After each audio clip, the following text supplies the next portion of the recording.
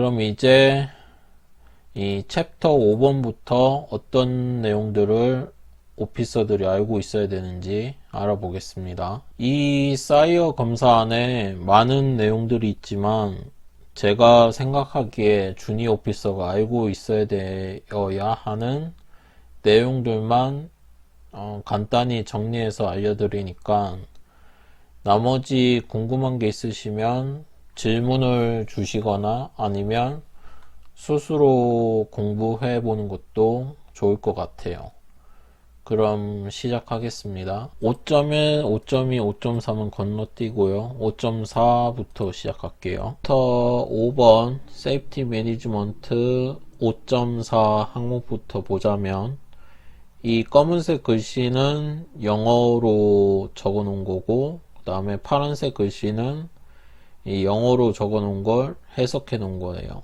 이렇게 보시면 되고, 그럼 5.4 항목은 사관들이 뭐 소화장비, LSA, 그리고 기타 비상장비 작동에 친숙화되어 있고 설명할 수 있는가. 이 장비들 내용에 보면은 고정식 소화장치, 폼, CO2, 드라이 파우더, 배에 있는 소화기 종류들이죠. 이거를 어떻게 사용하고 이제 검사관이 물어보면 실제 행동은 취하지 않더라도 어느 정도 어떻게 할 거다 이렇게 말은 할 수 있어야겠죠. 아니면은 뭐 행동으로 보여준다거나. 그리고 이머전시 파이어 펌프, 보통 검사를 받게 되면은 이제 로딩 마스터한테 허락을 받고 검사관이 원하는 거는 뭐 푸푸데크에 소화호스를 준비해 가지고 이 펌프를 돌려 가지고 이제 물이 나오는가 그걸 확인하는 거죠. 보통 기관사들이 뭐 내려가서 하게 되지만 이거는 뭐 기관사, 항해사 상관없이 다 알고 있어야 되는 내용이고요. 그 다음에 이머전시 스티어링 기어, 비상조타. 비상조타를 어떻게 하는지 절차에 대해서 물어봐야 되고, 제 경험에 의하면 이제 비상조타를 시켰는데 보통 조타실이 시끄러우니까 전화기로 브릿지와 직통으로 연락을 하기보다는 워키토키로 하는 경우가 있었는데 이거를 검사관이 본 적이 있어서 지적당한 사례도 있어요. BA의 착용법 및 사용 방법, 그리고 산소 소생 장비의 사용 방법. BA의 착용법에서 제일 중요한 거는 어떻게 매는가가 제일 중요한 게 아니라 보통 검사관들이 보는 건 노 알람 테스트죠. 노 알람을 어떻게 테스트하는지.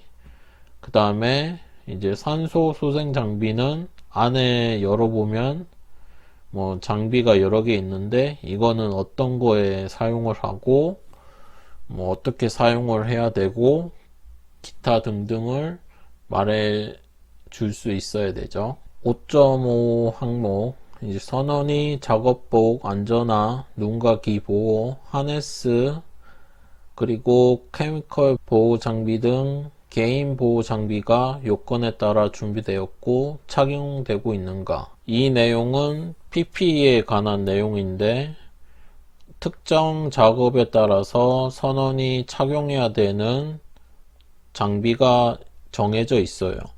그 정해진 장비는 이제 거주구역 내에서 퍼블릭 에어리아에 포스트가 되어 있어야 되고 간단히 볼 수 있어야겠죠. 예를 들면 우리가 데크로 나가는 자연과 우연의 출입문 문에 보면은 포스터가 붙어져 있고 데크에 나가서 어떤 일을 해야 될 때는 안전모, 그 다음에 작업복, 안전화 이런 거를 신으라고 이렇게 그림이나 글로 적어져 있고 뭐 페인트 창고 내에서는 어떠한 장비를 써야 되는지 적어져 있고 또 기관실에 내려가는 문에 보면은 뭐 기마개를 사용해라, 뭐 안전화 뭐 이런 거 등등 IMO 심볼도 붙어져 있고 그런 내용들이에요. 그러면 사관으로서 이제 뭐 검사뿐만 아니라 항상 이제 선원들이 데크로 작업하고 나갈 때 이러한 장비들을 잘 착용하고 작업을 하고 있는지 세심하게 볼 필요가 있는 거죠. 5.9 항목은 SSSCL이랑 관련된 내용인데 이 자세한 내용은 이전 유튜브에 올려놓은 게 있으니까 궁금하신 분들은 이전 영상을 보시면 될 것 같아요. 이 내용에서는 항해사와 선원들이 이소가트 SSCL의 안전점검 요구사항을 알고 있으며 규정을 준수하고 있는가.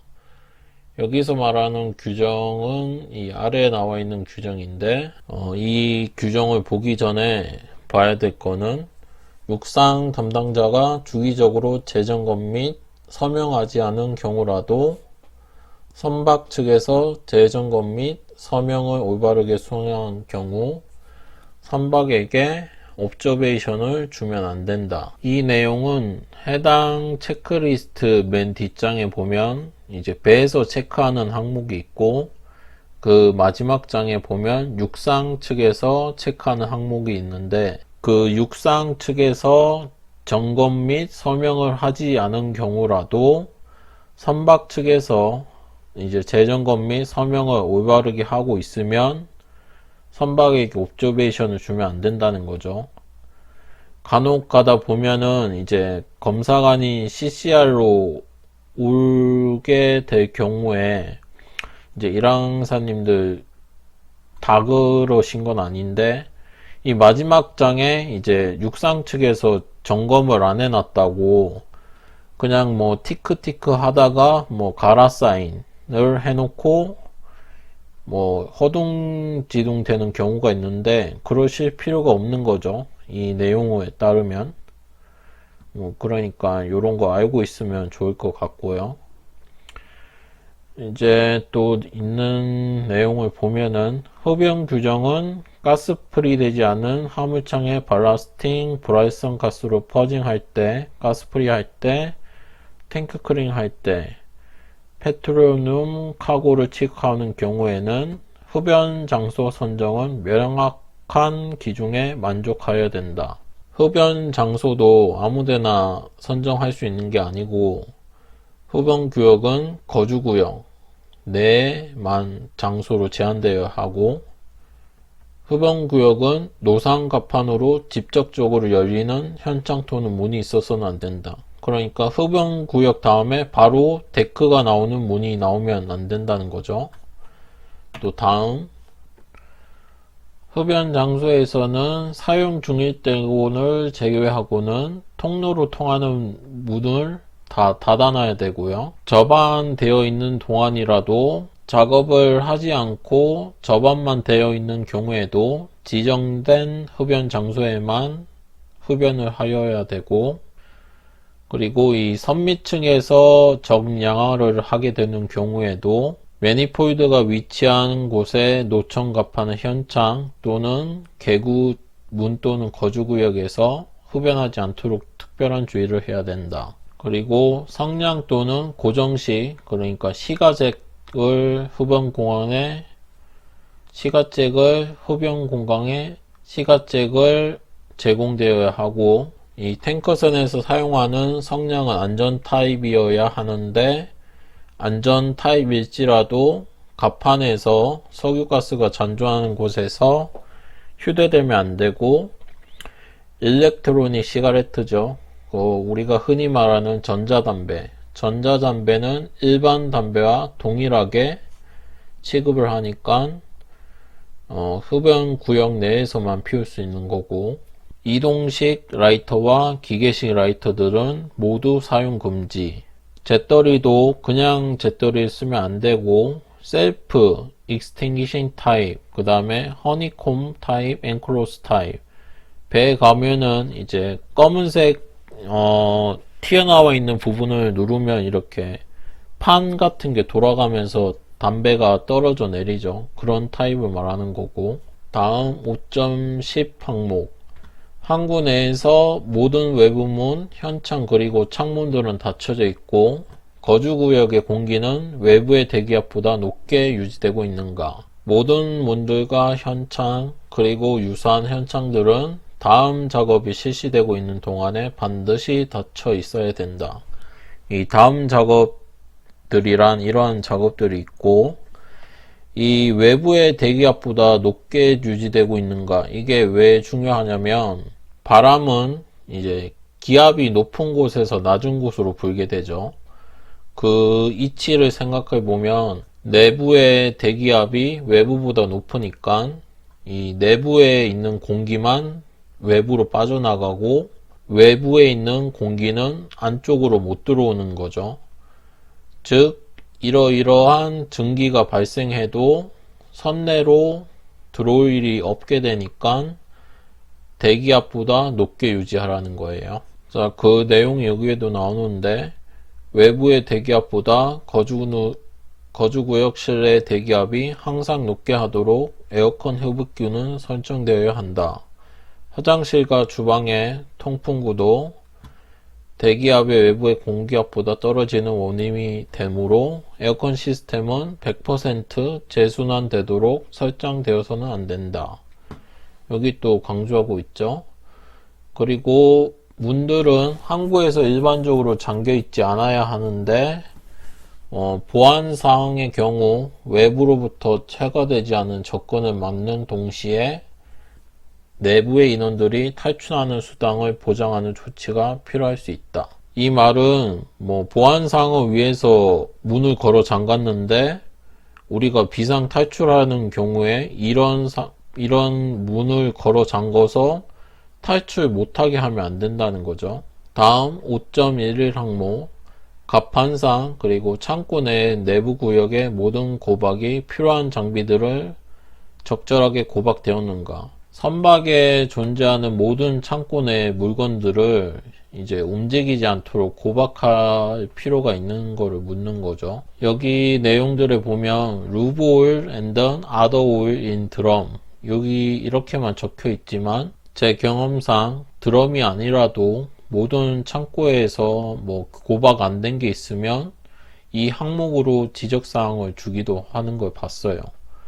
그러니까 모든 창고에 있는 걸 고박할 필요가 있다. 그리고 고박도 그냥 하는 게 아니라 좋은 로프, 스테이블 로프, 그 다음에 아니면 와이어 로프로 해야 되고, 이 드럼은 그냥 바닥에 놔두면 안 되고 팔레트 위에다가 놔둬야 돼요. 그리고 팔레트 위에다 놔두고 이 드럼 위에 뚜껑이죠. 뚜껑 부분에 커버 뭘로 덮어놔야 되죠. 왜냐면은 해수나 물이 침투해서 이제 녹슬게 되면은 그 드럼이 나중에 구멍이 뚫려서 이 기름의 밖으로 흐를 수가 있으니까요. 5.12 항목. 승무원은 하재 및 안전 장비의 위치와 작동에 대해서 잘 알고 있고 모든 이러한 내용들에 대해서 숙지가 효과적으로 되어 있는지를 묻는 거죠. 흔히 배에서 말하는 솔라스 매뉴얼 트레이닝에 보면 이런 내용들이 포함되어 있고, 그 다음에 승선하게 되면은 본인 방에 보면은 이런 책자들이 구비되어 있어요. 거기에 보면은 본인의 직무라든가 아니면 비상시에 대처할 수 있는 방법, 그리고 방에 있는 EBD를 입는 방법, 라이프 자켓을 입는 방법, 그리고 이머전시 툴을 입는 방법, 이런 내용들이 포함되어 있고, 선박에서 사용하고 있는 인명 구조 장비, 생존장 장비, 선박 소화 장비를 포함한 선박의 인명 구조 장비에 대한 선상 교육은 신규 선원이 승선 후 2주가 넘지 않게 가능한 조속히 해야 된다. 새로운 사람이 올라오면 이 위에 있는 내용들을 2주가 넘지 않는 기간 내에 다 가르쳐야 된다는 거죠. 친숙화를 위해서. 이러한 내용들은 이제 회사 매뉴얼에 보면 이 패밀리제이션 레코드에 보면은 다 포함되어 있는 내용들이에요. 그리고 이제 뭐 하루 내에 하라는 것도 있는데 이러한 거는 이제 사망사가 잘 관리를 해서 거의 걸리지 않는데, 검사관들이 어떤 식으로 물어보냐면 24시간 이내에 해야 되는 게 있거든요. 그거를 출항 전에 해야 되는지 아니면은 출항하고 나서 해야 되는지 이렇게 교묘하게 물어보는 사람이 있어요. 근데 답은 아프터 조인이니까 그 사람이 승선하고부터 24시간 이내에 해야 되는 거죠. 뭐 바빠서 못했다, 뭐 작업이 바쁘다, 뭐 사정이 있었다, 이런 거 안 통하고 무조건 24시간 이내에 하는 거예요. 1.13 항목, 이 내용은 비상상황 발생 시 자신의 임무에 대해서 잘 알고 있으며 비상상황 훈련은 요구 조건에 따라 수행되고 있다. 이 내용에서는 뭐 말했다시피 비상상황 시에 자신의 임무, 머스터 리스트에 보면은 적혀 있죠. 화재가 났을 시 자기는 뭘 해야 되고, 충돌 시에는 뭘 해야 되고, 어떤 물건을 챙겨야 되고, 그리고 비상상황 훈련은 요구 조건에 따라 수행되고 있습니까? 이거는 예를 들면 화재 훈련 같은 경우에는 한 달에 한 번씩 하게 돼 있는데, 뭐 지나가던 사망사한테 너희 배 화재 소화 훈련 몇 개월에 한 번씩 하고 있어, 이렇게 물어봤는데, 우리 뭐 한 번도 해본 적 없고 그냥 뭐 드릴 레포트만 만들었다 이러면 난리 나겠죠. 한 달에 한 번씩 하고 있습니다, 이렇게 대답을 해야 되고, 마지막 드릴 데이터 같은 것도 외워두는 게 좋겠죠. 이런 것도 드릴을 언제 했는지 묻기도 하니까요. 그리고 SOPP, SMPP, 소팩이랑 샘팩에 따라서 오염 방제 훈련들을 정기적 간격으로 해야 되고, 유해 액체 물질을 운송하는 선박에서는 정기적으로 케미칼 유출에 대한 훈련 동안 실시를 해야 된다. 5.14 항목, 방금 전에 내용이랑 연결되는 내용인데요. 이 내용에서도 구명정 및 소방훈련 중 자신의 임무에 대해서 잘 알고 있으며 솔라스 및 플래그 스테이트의 요구사항을 충족하고 자주 훈련을 하고 있는지, 훈련 기간을 말하는 거죠. 화재나 그 다음에 구명정 진수 등등 모든 선원들은 매달 1회 태선 훈련과 소화 훈련에 참여해야 되고, 총 선원의 25%가 초과하는 선원이 교대가 되어버리면 출항 후 24시간 이내에 다시 이 훈련들을 해줘야 되는 거예요. 구명정은 적어도 3개월에 한 번 태선 훈련 시행 중 진수되어 수면 위에서 지정된 작동 요원에 의해 조종되어야 한다. 5.14 항목 이어서 이러한 내용들이 있고요. 소화훈련은 선박과 그 선박의 적지 않은 화물의 형태에 따라 발생할 수 있는 다양한 비상사태에 대한 정기적인 훈련에 충분한 고려를 하여 계획하여야 한다. 그리고 선원들은 소화 장비들의 작동 방법과 위치뿐만 아니라 본선의 배치에 대하여 친숙하도록 교육해야 된다. 그러니까 뭐 검사관이 주방에 불이 났는데 가장 가까운 소화 위치는 어디 있는가 이렇게 물어보면 주방 내에 소화기가 하나 있죠. 그거를 말을 해야 되는데, 뭐 저기 뭐 CCR 앞에 뭐 하나 있는데, 아니면 출입구 옆에 하나 있는데 뭐 이렇게 말하면 안 되겠죠. 소화 훈련은 다음 사항들을 포함하여야 된다. 비상 배치표에 명기된 바에 따라 소주 위치에 집합하고 맡은 바 임무를 준비하도록 한다. 소화 장치가 정상 작동 상태에 있는지를 확인하기 위하여 소화 펌프를 시동하여 적어도 2개의 물 분사기를 사용하여 본다. 이거는 뭐 푸프에서 하나, 선수에서 하나 이렇게 비상 소화 펌프를 돌려서 한 번씩 쏘아보죠. 소방원 장구 및 개인 구조 장비를 점검한다.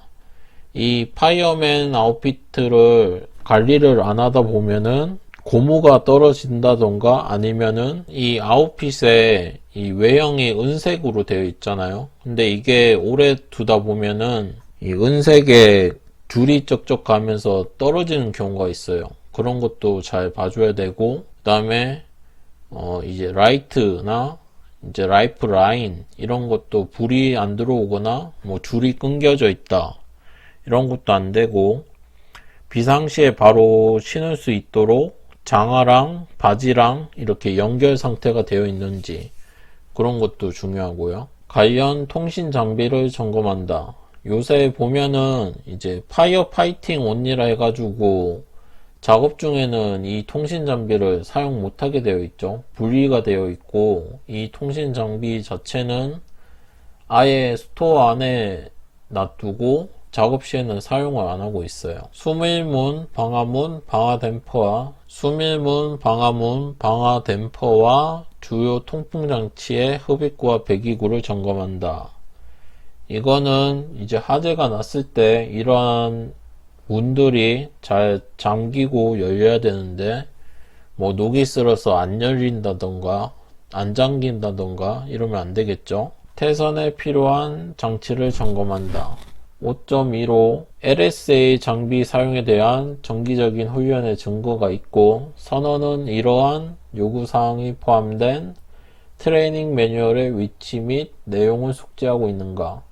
솔라스 트레이닝이죠. 보통 솔라스 트레이닝 매뉴얼은 매스룸에 있죠. 그리고 선박의 소화장치, 구명사입이 사용에 관한 교육과 해상에서 생존에 관한 교육은 같은 간격으로 훈련되어야 된다. 이것도 한 달에 한 번씩 하고 있죠. 생존정의 의장품을 포함한 선박의 구명설비의 사용에 관한 선상훈련과 소화설비의 사용에 관한 훈련은 선언이 승선한 후 가능한 빨리 늦어도 2주일 이내에 행해야 되고, 선언이 교대되면 2주일 이내에 할 수 있지만 만약에 바쁜 경우에라면 본선의 모든 구명설비 및 소화설비에 대한 교육은 2개월 이내에는 무조건 해야 된다고 솔라스에서 나와 있는 거죠. 여기에서 LS 장비의 사용에 대한 내용들 중 알아야 될 거는 라이프 레프트 작동과 사용 방법.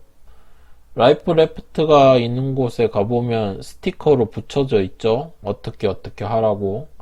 그거를 알고 있어야 되고, 2번 하이포테미아 체온 저하가 왔을 때 이제 구급 절차에 대해서 알고 있어야 되고, 3번 항청 및 항청 항해 시 선박의 구명 설비를 사용하는데 필요한 특별 교육. 4번 소화 설비의 작동과 사용 방법. 데비트 진수식 구명 동목의 사용에 관한 데비트 진수식 구명 땡목의 사용에 관한 선내 훈련은 그러한 설비를 갖추고 있는 선박에서 4개월 이내의 간격으로 행하여야 한다.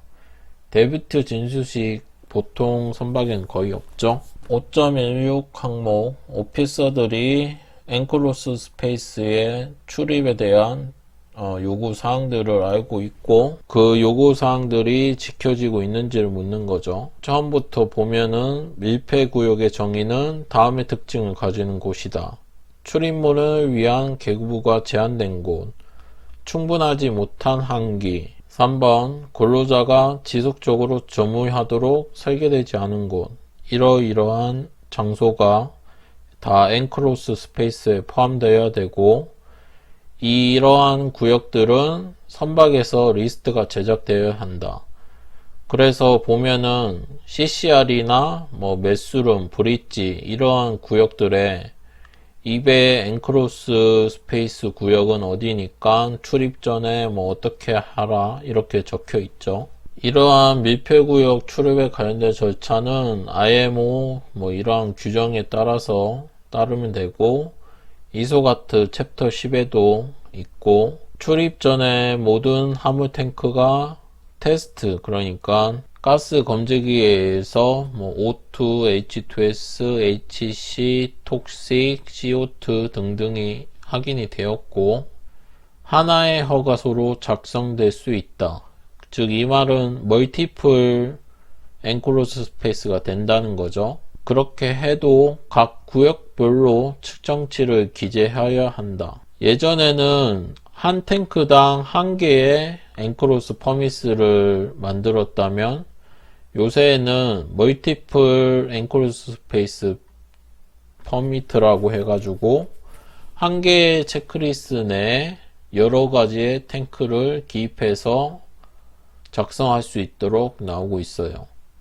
근데 그 여러 가지 탱크라는 의미는 발라스트는 발라스트끼리, 카고 탱크는 카고 탱크끼리 이렇게 묶어서만 사용하고 혼합해서 사용하진 않아요. 엔크로스 스페이스 퍼미트를 발행하고 그 출입구에 안전한지 아니면 불안전한지 태그를 부착하여야 되고, 출입이 완료된 때에는 그 허가가 취소되고 표시가 변화되었음을 보장하는 엄격한 통제가 이루어져야 한다. 이 말은 이제 퍼미트가 끝나고 해당 탱크 내에서 작업이 끝났으면 이 탱크 내로 더 이상 들어가지 말라고 뭐 태그를 붙인다던가 아니면 탱크나 계구부 자체를 아예 잠궈버리는가 그런 조치를 해야 된다는 거죠. 자, 그리고 출입을 할 때 LEL은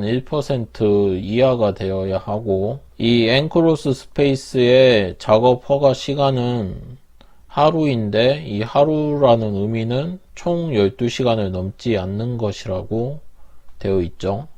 그러니까 하루가 24시간이 아니고 12시간. 그래서 보통 회사에서는 12시간보다 더 작은 시간, 8시간을 보통 주기로 발행하고 있죠. 5.17 펌프룸, 컴프레셔룸, 트렁크 스페이스 출입 절차는 준수되고 있는가? 화물 펌프룸은 밀폐된 장소로 고려되어야 하고 이 장의 요구사항은 최대로 확대 가능한 수준까지 준수되어야 한다. 그러나 선원들에 의해 통상적으로 들어가는 구역에 대한 업무적 필요와 그 위치, 설계 때문에 펌프룸들은 특별한 위험을 내포하고 있으므로 이소가 10.10에 언급된 특별한 주의 경고를 필요로 한다. 누구라도 펌프룸에 들어가기 전에 철저하게 통풍되어야 하고 대기 중에 산소량이 확인되어야 하고 취급하는 화물에 관련된 독성가스와 탄화수소의 잔존 여부를 점검해야 된다. 그러니까 이러이러한 구역도 엔크로스 스페이스니까 앞서 말한 것처럼 가스 검지기로 확인하고 퍼미트 발행하고 들어가라는 거죠. 앞서 말한 구역들에 이 픽스드 가스 디텍션 시스템이 있으면 포터블로 굳이 재지 않아도 이 픽스드 가스 디텍터로 제공된 측정치를 참고해서 안전한 출입을 위한 정보를 제공하는 데 사용할 수 있다는 거고, 이 구역들의 출입은 기록되어야 한다. 이 퍼미트 뒷장에 보면 이제 출입 기록을 하는 공간이 있어요. 거기에 누가 몇 시에 들어갔고 왜 들어갔는지 당직 항해사 사인을 해줘야 되고, 이 펌프룸과 선교 기관실 그리고 CCR 간의 통신수단이 제공되어야 한다. 펌프룸 내에 보면은 이 전화기 같은 게 있는데 요걸로 해당 구역별로 바로 통신을 할 수 있게끔 돼 있죠. 그리고 펌프룸 내에 보면은 이게 만약에 비상 신호가 들어오면은 펌프룸 내의 인원들과 밖에 있는 인원 간의 효과적인 통신이 유지될 수 있도록 하여야 된다. 그리고 이 주기마다 통신 점검이 실시되어야 되고 반응이 없을 때는 경보를 울리도록 해야 된다. 이 말은 몇 분 간격으로 내가 안에서 일하는데 괜찮다 이런 의사표현을 하게 돼 있는데, 의사표현을 안 하게 되면 밖에서 이 작업자를 보고 있는 선원이 비상신호를 울리게끔 되어 있죠. 그리고 이러한 통신 수단으로는 VHF나 UHF는 통신 잡음 때문에 사용하지 않고 펌프룸 내에 있는 전화를 통해서 통신하는 것이 효과적인데, 이런 전화가 없는 배에서는 보통 스카이라이트가 있는 구역에 징을 설치해서 비상신호를 주게끔 하고 있죠. 공식 허가 없이 출입을 금지하는 문구가 펌프룸 입구에 게시되어야 한다. 앞서 말한 이 질문의 목적은 펌프룸, 카고 펌프룸, 발라스트 펌프룸 또는 퓨어 오일 트랜스퍼 펌프룸을 위한 것이다.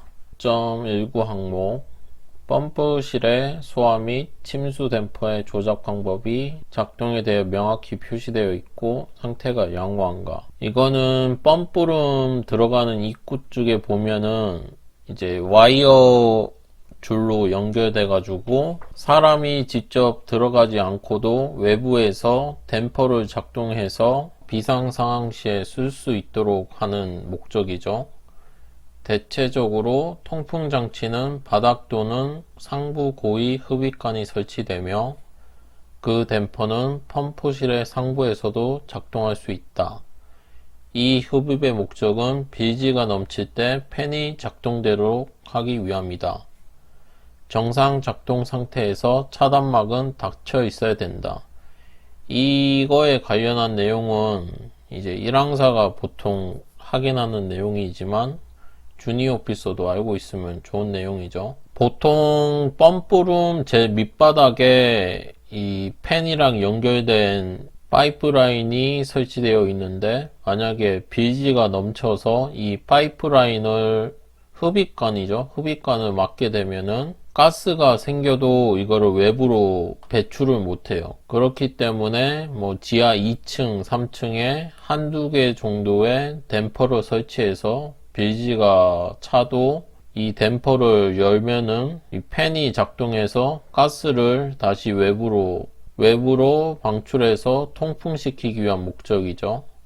왜냐면은 가스는 공기보다 무겁기 때문에 보통 바닥 쪽으로 다 가라앉은. 자, 5.23 이거는 휴대용 가스 장비, 그러니까 가스 디텍터, 포터블 가스 디텍터에 대한 내용인데 보통 주니어 사관들이 알아야 될 내용은 칼리브레이션이죠. 이 칼리브레이션을 하는 방법에 대해서 친숙화가 되어 있어야 되고, 보통 선박에서 쓰는 뭐 톡식 가스 튜브나 아니면 디지털 타입인 가스 디텍터가 있을 수도 있고, 그 외에도 포터블 멀티가스 디텍터 그리고 포켓 멀티가스 디텍터 이런 종류들이 있는데, 이거에 대해서 칼리브레이션 하는 방법을 알고 있어야 되고, 검사관들이 이 내용에 대해서는 아주 많이 물어보는 걸 봤어요.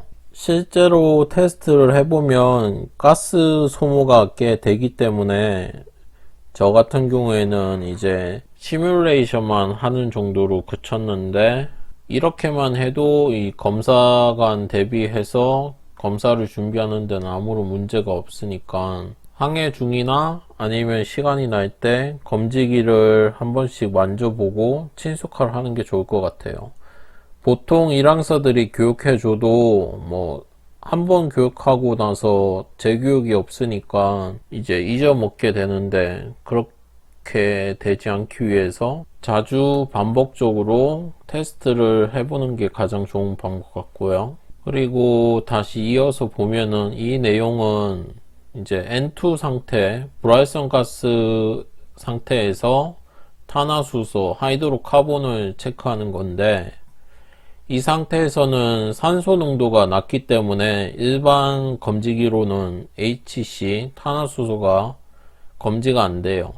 그래서 흔히들 말하는 탱크 스코프라는 거를 사용하게 되는데, 이 탱크 스코프는 여기 써져 있지만 산소가 결핍한 대기에서도 사용을 위할 수 있어요. 여기 써져 있는 내용은 탱크 스포크가 있으면 적외선 원리, 인프라레드죠. 이거를 안 써도 되는 거고, 탱크 스포크가 없으면 이 적외선 원리를 통해서 탄화수소를 측정하는 검지기가 있어야 되는 거고요. 아무튼 이 내용들은 이너트 시스템, 그러니까 블랑케팅, 이너팅, 패딩 뭐 등등 이런 시스템을 쓰는 선박들은 장비가 제공되어야 된다, 이런 걸 묻는 거죠. 5.27 사관들은 LSA 요구사항, 선박 고유의 LSA 장비 유지 보수 방법을 사용할 수 있으며 주간 및 월간 검사를 하고 있는 중인가. 이 내용들은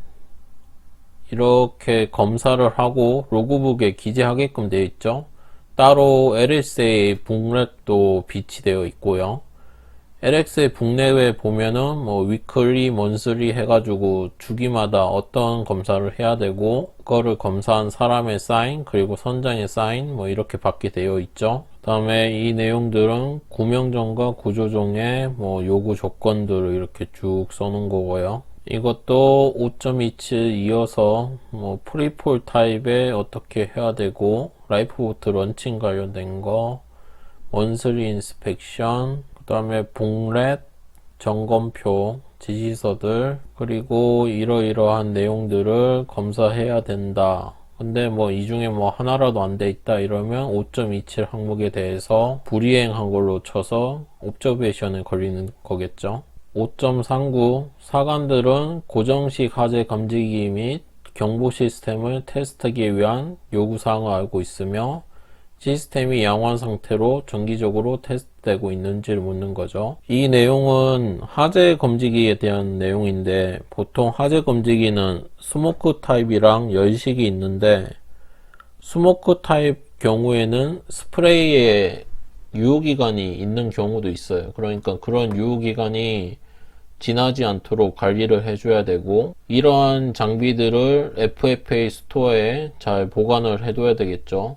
누가 봐도 안 쓴 것처럼 보이면 이러한 테스트를 하기 위한 점검 내용들을 불이행한 걸로 밖에 생각할 수밖에 없으니까요. 5.41은 이제 비상수압 펌프, 이머전시 파이어 펌프에 대한 내용인데 보통 스티어링 기어룸 쪽에 가면은 비상 펌프실이 있죠. 거기에 보면은 작동 설명서가 이제 뭐 기관실에서 만들어서 게시를 해 두었을 건데 그 내용이고요. 뭐 이거는 필요한 요구사항 등등을 쭉 적어 놓은 거고요. 이것도 파이어 펌프의 요구사항들 한번 읽어보시면 되고요. 5.42 항목은 소화기에 대한 내용인데 소화기는 작동법이 분명하게 표시되어 있고 정상 상태이고 모든 선원들은 사용에 친숙하게 되어 있는가.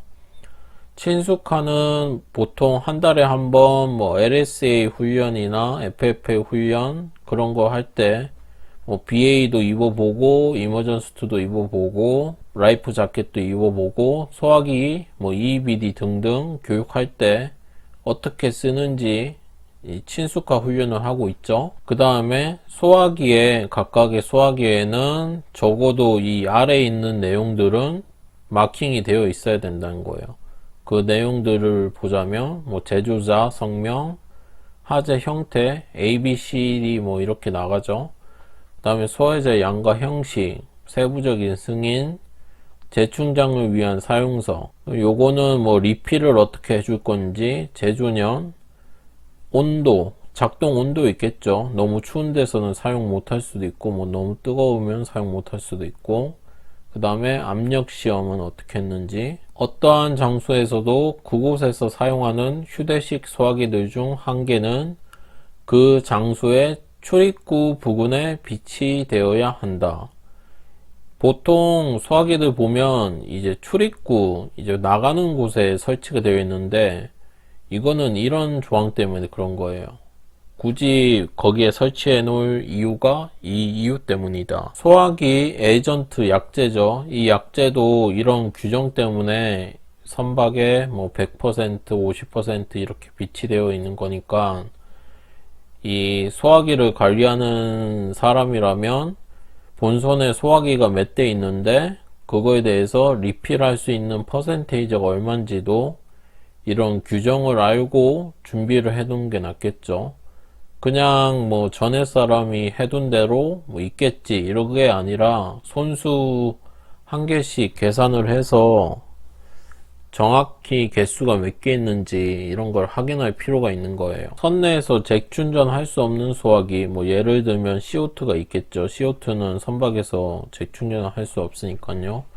이런 거는 아예 스페어 자체를 놔둬야 돼요. 폼 소화기 같은 경우에는 이제 뚜껑을 열고 C를 제거하고 뭐 물과 약재로 섞어서 만들면 되는데 CO2는 안 되니까요. 파우더도 그럴 수 있고요. 뭐 휴대식 소화기들은 10년마다 압력 테스트를 해야 된다. 그리고 스탬프가 되어야 한다.